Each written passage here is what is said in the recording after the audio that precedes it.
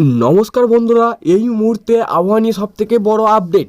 কোথায় কোথায় চলছে তাণ্ডব, বিস্তারিত জানিয়ে দেবো এই ভিডিওটির মাধ্যমে। ভিডিওটি যদি আপনাদের ভালো লেগে থাকে অবশ্যই লাইক করবেন এবং চ্যানেলটিকে সাবস্ক্রাইব করবেন। বছর শেষের মুখেই শীত যেন দাপটে ব্যাটিং করতে চলেছে। কলকাতা সহ পুরো পশ্চিমবঙ্গেই জাঁকিয়ে পড়ছে ঠান্ডা।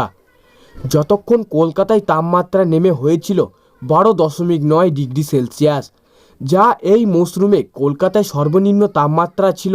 আবহাওয়া দপ্তরের পূর্বাভাস অনুযায়ী এই রকম হাড় কাঁপানো শীত আরও কয়েকদিন থাকবে।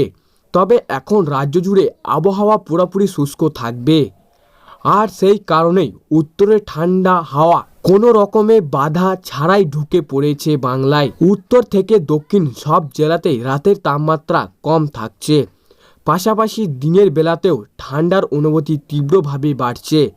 আপাতত কোনো নিম্নচাপ অথবা ঝঞ্ঝা না থাকার কারণে বিজ্ঞানীরা মনে করেছেন যে শীতের এই দাপট এখনও কিছুদিন বজায় থাকবে। আরও উত্তরবঙ্গ এবং দক্ষিণবঙ্গের শীতের আমেজ এরকমভাবে থাকবে।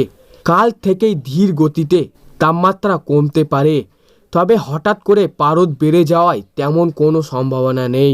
এখন রাজ্যের মধ্যে সবচেয়ে কম তাপমাত্রা রেকর্ড হয়েছে দার্জিলিংয়ে।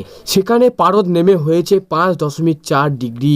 অন্য সব জেলাগুলিতেও খুব ভালোভাবে ঠান্ডা পড়েছে। সমস্তটা মিলিয়ে বছরের শেষটা বাংলায় কড়া শীতেই কাটানো চলছে সবাই। এই ছিল আজকের আবহাওয়া খবর। ভালো লাগলে লাইক করবেন এবং চ্যানেলটিকে সাবস্ক্রাইব করে পাশের বেল আইকনটি টিপে প্রেস করে আমাদের সঙ্গে থাকবেন।